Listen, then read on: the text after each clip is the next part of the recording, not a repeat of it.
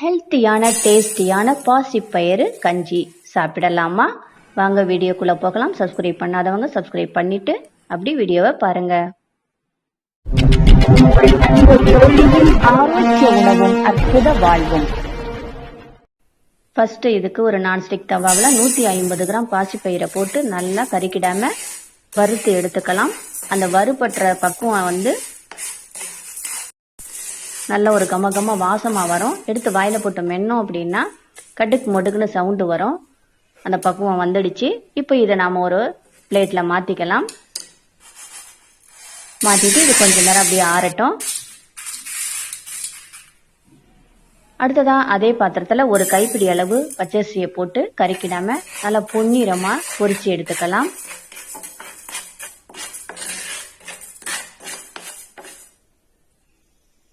அந்த பக்குவம் வந்துருச்சு. இப்போ இதையும் ஒரு பிளேட்டில் மாற்றி ஆற வச்சிடலாம்.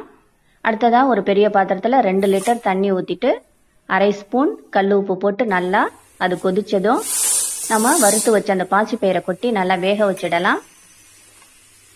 இது வெந்துக்கிட்டு இருக்கும்போதே நம்ம பொரிச்சு வச்ச பச்சரிசியை மிக்சி ஜாரில் போட்டு நல்லா கொரகொரப்பாக பவுடர் பண்ணி எடுத்துக்கலாம். பவுடர் பண்ணி எடுத்தாச்சு. இந்த கொரகொரப்பு தான் கரெக்டான பக்குவம்.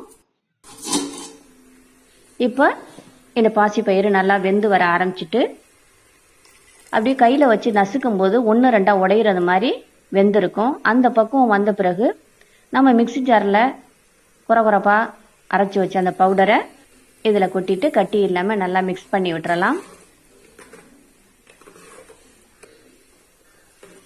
மிக்ஸ் பண்ணி விட்டு இதையும் நல்லா கொதிக்க விட்டு நல்லா வேக வச்சிடலாம்.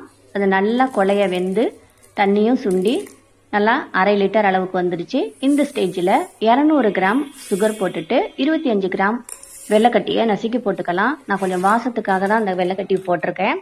நீங்கள் ஃபுல்லாகவே வெள்ளைக்கட்டி போடுறதா இருந்தாலும் போட்டுக்கலாம். இப்போ ஒரு மூடி தேங்காயை துருவிட்டு அதை பால் எடுத்து 150 ml அந்த பாலை அதில் ஊற்றிக்கலாம். 4 ஏலக்காயை பவுடர் பண்ணி அந்த கஞ்சியில் ஊற்றிக்கலாம். இப்போ இது எல்லாத்தையும் நல்லா மிக்ஸ் பண்ணி விட்டுட்டுறலாம். ஒரு கொதி வந்ததும் நாம் ஸ்டவ்வை ஆஃப் பண்ணிக்கலாம். எந்த அளவுக்கு நல்லா கொதி வந்திருக்கு, எந்த அளவுக்கு அது நல்லா கொள்ளைய வெந்திருக்குன்னு பாருங்கள்.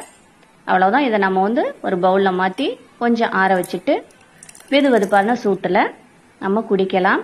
எவ்வளவு கலக்கி கலக்கி குடித்தாலும் அடியில் அந்த பாசிப்பயிறு தங்கி இருக்கும். அந்த தண்ணியவும் குடிச்சிட்டு அந்த பாசிப்பயிரையும் நம்ம சுத்தமாக அள்ளி சாப்பிட்றணும். அவ்வளவும் உடம்புக்கு ஆரோக்கியத்தை கொடுக்கும். இது கண்களுக்கு பார்வைத்திறனை கொடுக்கும். போன் நல்லா ஸ்ட்ராங்காக இருக்கும். ஸ்கின் பளபளப்பாக இருக்கும்.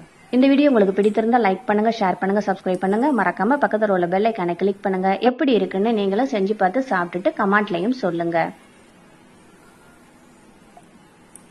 தேங்க்யூ.